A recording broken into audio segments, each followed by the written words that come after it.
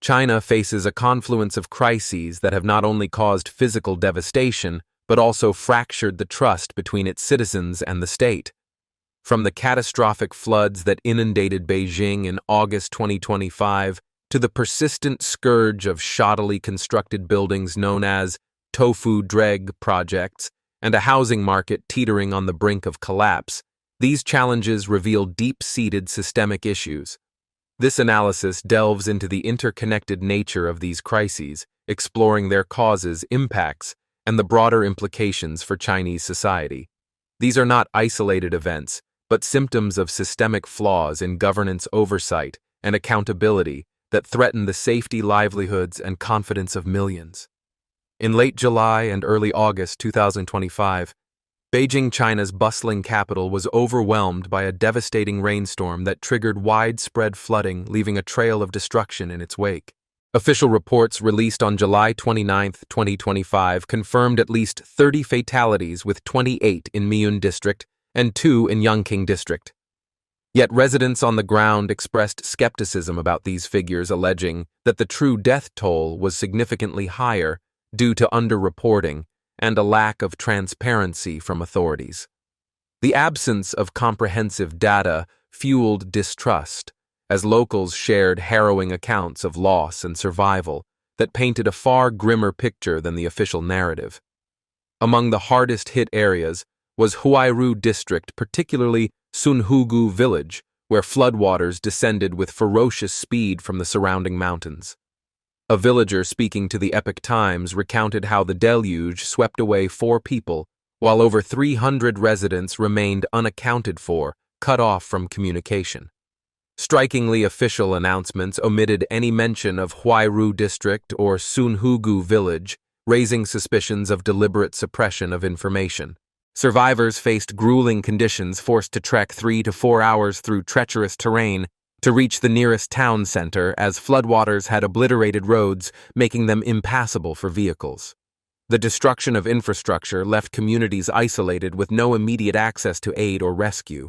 Beijing authorities attributed the disaster to prolonged heavy rainfall, a natural phenomenon beyond their control. However, local residents pointed to a man-made factor that exacerbated the crisis: the simultaneous discharge of floodwaters from multiple reservoirs without prior warning. These releases unleashed torrents that overwhelmed villages, farmland, and urban infrastructure. One resident vividly described the river transforming into a roaring white stream with mist rising from the surface, a rare and terrifying spectacle that underscored the severity of the flooding. The lack of communication about reservoir discharges left communities unprepared, amplifying the devastation. In Sunhugu Village, those trapped resorted to desperate measures, using ropes to navigate along the water's edge in hopes of reaching safety. A resident shared a heart-wrenching story of her father, a former village party secretary, who refused to evacuate despite the rising waters. "I cannot abandon the village. I must stay and hold the line," he declared, embodying a sense of duty even as the flood claimed lives. Tragically, the husband of the current village secretary and 2 others were swept away, their fates unknown. Another resident recounted the loss of an elderly relative, yet her father remained resolute, repeating, "We must persevere. We cannot give up." These stories of resilience and loss highlight the human toll of the disaster and the urgency of rescue efforts that were slow to materialize. The floods devastated Beijing's infrastructure, collapsing bridges, severing railway lines, and flooding hospitals. In the Taishun area, a resident described a churning sea of muddy yellow water, with floodwaters expanding 5 to 6 times their normal width. Vehicles, including those carrying critical emergency supplies, were swept away, leaving communities without access to food, water, or electricity. In Xinglong County, just a 37-minute high-speed train ride from Beijing, residents reported no rescue support for over 2 days. Villages like Yangjai were cut off with no phone signals, electricity or drainage systems trapping residents in dire conditions. A resident from Duyu Village in Ludawai Town spoke of losing contact with family for days, pleading for government intervention that never arrived. The government's response was widely criticized as inadequate and slow. While authorities emphasized the natural cause of the disaster, they downplayed the role of reservoir discharges, which locals argued were a significant factor in the flooding's severity. The absence of timely rescue operations left many communities feeling abandoned. In some areas, residents reported wading through waist-deep water to escape with no boats or emergency vehicles available. The destruction of critical infrastructure, such as bridges and roads, further complicated rescue efforts, leaving entire villages isolated and vulnerable. A particularly troubling aspect of the crisis was the stringent censorship of information. Videos capturing the floods or residents' pleas for help were quickly removed from Chinese social media platforms, with user accounts locked or deleted. A Miyun resident who filmed floodwaters surging into their home saw their account disabled after the video gained traction online. In Hebei province, another individual was reprimanded for attempting to record floodwaters near a county government gate, with authorities shouting, "No filming allowed." These actions fueled accusations that the government was deliberately concealing the disaster's true scale, deepening public distrust of official casualty figures and response efforts. The suppression of information not only hindered public awareness, but also obstructed efforts to coordinate grassroots relief, leaving many communities to fend for themselves. The term tofu-dreg has become a potent symbol of shoddy construction in China, encapsulating the fragility of buildings and infrastructure that crumble under pressure. Coined in 1998 by then-Premier Zhu Rongji during catastrophic floods in southern China, the term was used to condemn the collapse of poorly built dikes, likening them to tofu that disintegrates easily. Since then, tofu-dreg has been applied to a wide range of infrastructure and housing projects, constructed with substandard materials, inadequate techniques, and minimal oversight, reflecting a broader crisis in China's construction industry. This crisis traces its roots to the rapid urbanization and real estate boom of the 2000s, when China's cities expanded at an unprecedented pace. Local governments, under intense pressure to meet economic development targets, prioritized the construction of housing complexes, shopping malls, and infrastructure projects to showcase progress. However, this race for quantity came at the expense of quality. Contractors competed to secure the lowest bids, maximizing profits by cutting corners. Real estate developers, often backed by state connections, used cheap materials such as diluted cement scrap metal instead of steel, or even trash and newspaper as substitutes for insulation. These practices became widespread, embedding systemic flaws in the construction process. The 2008 Sichuan earthquake brought the tofu-dreg issue into sharp focus as numerous schools collapsed, killing thousands of students. The tragedy sparked nationwide outrage, with parents and activists demanding accountability for the shoddy construction that claimed young lives. Yet the problem was not confined to rural schools. Today, skyscrapers, shopping malls, and government offices in major cities face similar issues, with buildings showing signs of structural failure shortly after completion. The contrast between these modern structures and ancient Chinese bridges, which have withstood centuries of harsh weather, underscores a troubling decline in construction standards. The persistence of tofu-dreg projects is not merely a technical failure, but a symptom of deep-seated corruption and lack of accountability. Contractors, developers, and local officials often engage in backroom deals with safety inspections, reduced to mere formalities. A former engineer in Hunan province revealed that unsafe buildings were routinely approved with a handshake and a disguised inspection fee, bypassing rigorous checks. When problems surface, responsibility is shuffled between subcontractors, suppliers, and developers, ensuring that no one is held accountable.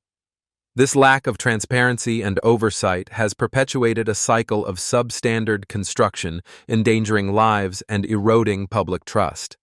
The consequences of tofu-dreg projects extend beyond immediate safety risks. They have undermined confidence in the construction industry and the government's ability to regulate it. While ancient bridges stand as testaments to China's engineering heritage, modern structures collapse within years, highlighting a failure to uphold quality standards. The term tofu-dreg has evolved from a critique of specific projects to a broader indictment of systemic issues including corruption, profit-driven development, and inadequate governance. The housing market in China has become a nightmare for millions of middle-class families, transforming the dream of homeownership into a source of fear and financial ruin. Newly built buildings, once marketed as symbols of prosperity, are revealing catastrophic defects, walls cracking ceilings, collapsing balconies falling apart, and staircases snapping like twigs. Some buildings barely 1 to 2 years old are already deteriorating, with residents reporting floors that shift underfoot, water leaking from ceilings, and walls that creak as if alive. In Jiangsu province, a leaked 2025 report identified over 300 residential structures built after 2017 as unsafe, exposing falsified inspections, substituted materials, and clandestine deals between developers and officials. Specific incidents highlight the severity of the crisis. In Yunga, a luxury complex's lobby ceiling caved in during light rain despite prior complaints about warped floors and trembling walls. In Chengdu, water burst from a high-rise ceiling, flooding staircases like a waterfall. In Tianjin, a row of balconies collapsed like dominoes without warning, leaving residents in shock. These are not isolated cases, but part of a pattern that spans cities across China from Chongqing to Nanjing. A leaked video from Nanjing revealed walls of an unfinished building stuffed with trash and newspaper instead of insulation, prompting engineers to describe it as a coffin waiting for an earthquake. The housing crisis is rooted in a system that prioritizes speed and profit over safety and quality. During the 2000s, China's urban development became a numbers game, with local officials racing to meet economic targets and real estate developers chasing sky-high profits. Safety inspections were often superficial, conducted by firms with ties to the developers, creating conflicts of interest that undermined accountability. A 2025 Housing Ministry report revealed that fewer than 2% of structural complaints led to any action, with most ignored entirely. The use of substandard materials, diluted cement, hollow bricks, and scrap metal in place of steel has compounded the problem, resulting in buildings that begin to fail within years of construction. The economic and social impacts are staggering. With over 80% of household wealth in China tied to real estate, the collapse of property values has trapped families in financial distress. Many middle-class homeowners who invested their life savings in apartments now refuse to move in, fearing these buildings are death traps in disguise. Yet they are bound by long-term mortgages, unable to sell due to plummeting property values, and unable to seek legal recourse, as courts rarely accept structural defect cases unless fatalities occur. A 2025 report estimated that over a third of affected homeowners suffer from chronic anxiety, with rising cases of stress and depression. A mother in Henan province shared that she checks on her children hourly, terrified that the ceiling might collapse while they sleep. Public anger has spilled into the streets, with protests erupting from Liaoning to Sichuan. Families hold signs reading, "We bought homes, not coffins," and camp outside housing offices, demanding accountability. However, the response is often heavy-handed, with police warnings, arrests, and legal delays. Developers with state connections are nearly untouchable, while subcontractors and suppliers deflect blame, creating a web of unaccountability. Censorship further stifles dissent, with whistleblowers facing threats of lawsuits, police intimidation, and locked social media accounts. In Guangdong, a resident filming a leaning high-rise was instructed to avoid balconies during storms rather than evacuate, a response that exemplifies the government's reluctance to address the crisis head-on. The floods, tofu-dreg projects, and housing crisis are interconnected manifestations of systemic failures in governance and accountability. Local governments' reliance on land sales for revenue has created an unhealthy alliance with developers prioritizing profit over safety. Inspections are often reduced to paperwork conducted by firms linked to developers, and corruption permeates every stage from project approvals to safety checks. Censorship compounds these issues by suppressing reports of disasters and silencing public discourse, preventing residents from organizing or demanding change. This lack of transparency has fueled widespread skepticism about official figures and government responses, further eroding trust. The social and economic fallout is profound. These crises have shattered the social contract as middle-class families who invested in homes expecting stability now face unsafe living conditions and financial ruin. The collapse of property values has trapped families in debt, unable to sell or relocate. Rising mental health issues and protests reflect growing societal tension, while once cohesive communities have become battlegrounds of blame and fear. Economically, the failure of major developers like Evergrande and Country Garden has intensified financial instability, threatening the middle-class dream that real estate once represented. Without comprehensive reforms, these crises will likely worsen. Engineers warn that with increasingly severe typhoons and rising temperatures, many tofu-dreg buildings will not withstand the coming years. Similarly, natural disasters like floods will continue to devastate communities without investment in resilient infrastructure and transparent management. To address these challenges, China must establish independent oversight bodies, ensure open information sharing, reform the legal system to protect homeowners, and prioritize sustainable infrastructure. Failure to act risks further loss of life property and public confidence. The flooding disaster in Beijing, the persistence of tofu-dreg projects, and the housing crisis are not isolated problems, but interconnected symptoms of systemic failures. From the lack of transparency in disaster response to corruption in construction and the betrayal of homeowners, these issues have caused widespread devastation. As families grapple with unsafe homes and unmanageable natural disasters, a critical question looms. How can a nation maintain cohesion when the very concept of home becomes a source of fear? China stands at a critical juncture where bold reforms are essential to restore trust and safeguard the future of millions.